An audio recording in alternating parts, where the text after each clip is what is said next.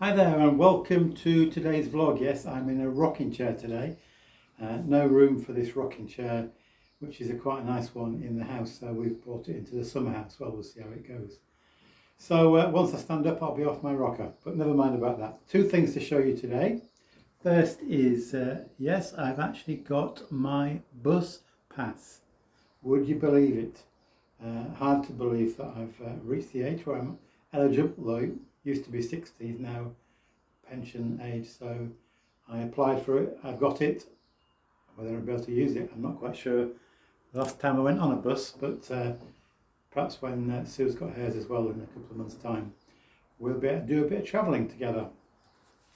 Anyway, that's just a bit light-hearted. The second is to show you the book I'm currently reading, To Fight Alongside Friends by Charlie May.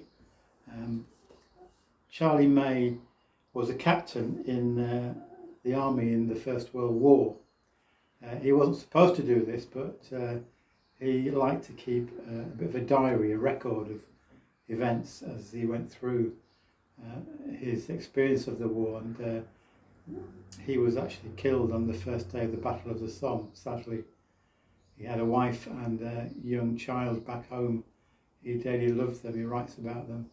And after he died, his diaries were sent back to his wife.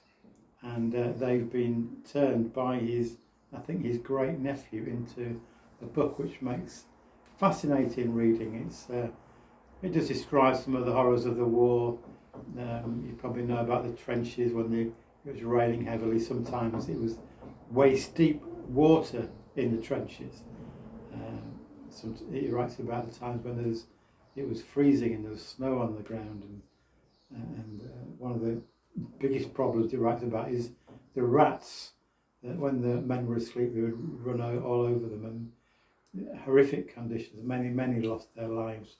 I think 20,000 on that day that Charlie May lost his life. So very, very sad. And of course he left a young wife and a young child bereft of their father and husband, as many others did. But I want to read to you a couple of little passages from the book. The first is he's writing now about his experiences in the trenches and far from home. He says, "The Xmas parcels have been coming in tonight, and the mess is in considerable excitement. Almonds and raisins, dried figs." It goes on to describe some of the things that have arrived. It says, "It makes us feel strangely Christmassy, but it also causes us considerable homesickness. One always associates almonds and raisins and bonbons and paper caps and flushed rosy cheeks of the girl one loves. At least I do. And the memories of our past glorious Christmases together are with me strongly tonight. My love, how I long that our next Christmas we may see through together once more. How the lamps will gleam, the fire leap, the laughter ring. I can see the very smile in your eyes now. God, what fools we are. We never enjoy our happy moments until they are denied us. Yet even while I so moralise, I feel I will know how to appreciate my next Christmas day with you, my own." Sadly, he never lived to experience another Christmas day with his wife and child.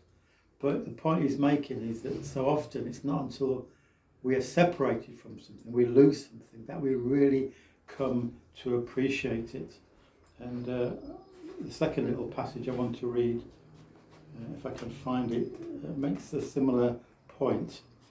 "I had a truly sweet letter from you tonight, the first since my return." He'd been on leave and visited his wife and daughter. "Written the night after I left. It's so full of love and longing that my heart has ached in response to it. My darling, what love is ours. I glory in it and can almost find it in my heart to feel thankful to this party for causing, as it certainly has, us more clearly to realise how much we are to one another. So Charlie May realises that it's only when he was parted from his wife and baby child that he came fully to realise what they meant to him. And that's a challenge for us, isn't it? Do we really appreciate those people in our lives that are special? And what I would like to say is just, if there's somebody in your life, some people in your life that you really appreciate, then tell them now. Don't leave it till it's too late. Let's all try and appreciate the good things in our life, all the blessings that God has given to us.